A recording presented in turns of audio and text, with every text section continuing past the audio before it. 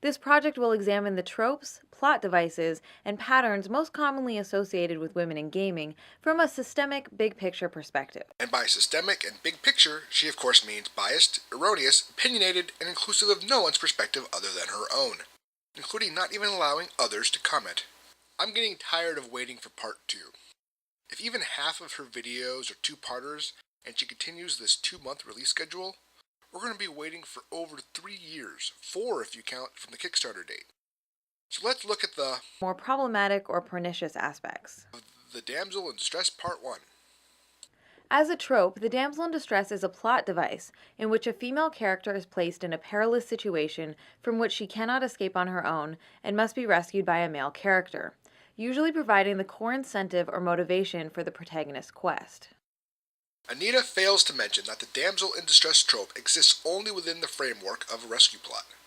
One of the 20 basic plots, the rescue plot consists of 3 elements: a protagonist, that is doing the rescue, a secondary character that needs to be rescued, and a peril that threatens this secondary character. Usually, this peril takes the part of an antagonist, whom the hero must defeat.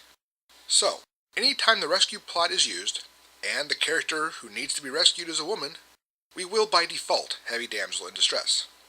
There are only so many plots, and a person in need of rescue can only be one of 2 genders.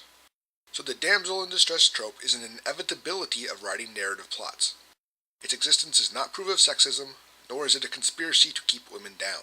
From a systemic, big-picture perspective. Anita's biggest problem lies in that she fails to understand the difference between primary and secondary characters. It's effectively comparing apples to oranges. The damsel in distress is not just a synonym for weak. Instead, it works by ripping away the power from female characters, even helpful or seemingly capable ones. No matter what we're told about their magical abilities, skills, or strengths, they're still ultimately captured or otherwise incapacitated and then must wait for rescue. They are a secondary character. The story is not about them. The damsel's inability to free themselves is not because of her sex. It's because the role her character plays is part of the rescue plot. There are many male characters that also play this role. Despite how powerful they are described to be, they must also wait for rescue if they are playing the same role. Let's compare the damsel to the archetypal hero myth. Translation: let's compare a secondary character to the protagonist, in which a typically male character may occasionally also be harmed, incapacitated, or briefly imprisoned at some point during their journey. In these situations, the character relies on their intelligence, cunning, and skill to engineer their own escape. That's better.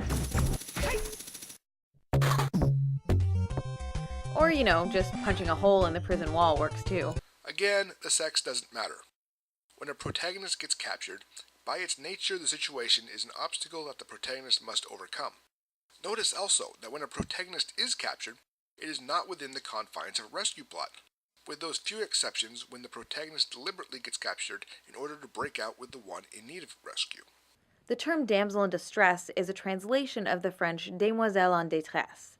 Demoiselle simply means young lady, while détresse means roughly anxiety or despair caused by a sense of abandonment, helplessness, or danger.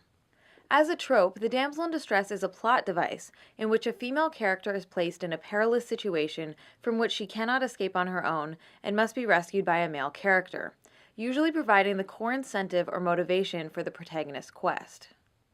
In the Middle Ages, the damsel in distress was a common feature in many medieval songs, legends, and fairy tales. The saving of a defenseless woman was often portrayed as the raison d'être, or reason for existence, in romance tales and poems of the era, involving a knight-errant, the wandering knight adventuring to prove his chivalry, prowess, and virtue. So let me get this straight. We're supposed to believe that the damsel in distress trope objectifies women by constricting their gender role to the point where they can't protect themselves, and that hearing stories about it today somehow harms modern-day women?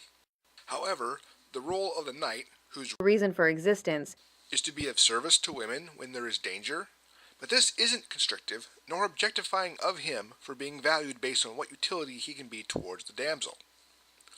Of interesting note, the word knight's origin is from the Old English word, I can't pronounce that, but it means boy servant or serving lad. Because she's seen the stories, the romantic stories where someone dies for her. That's romantic and heroic. She's seen the stories, the romantic stories where men die for women. These suicidal heroes, well, you're not a hero. You are an enabler. Let her die if it's so heroic to die. And if it's so romantic to die, then let her die.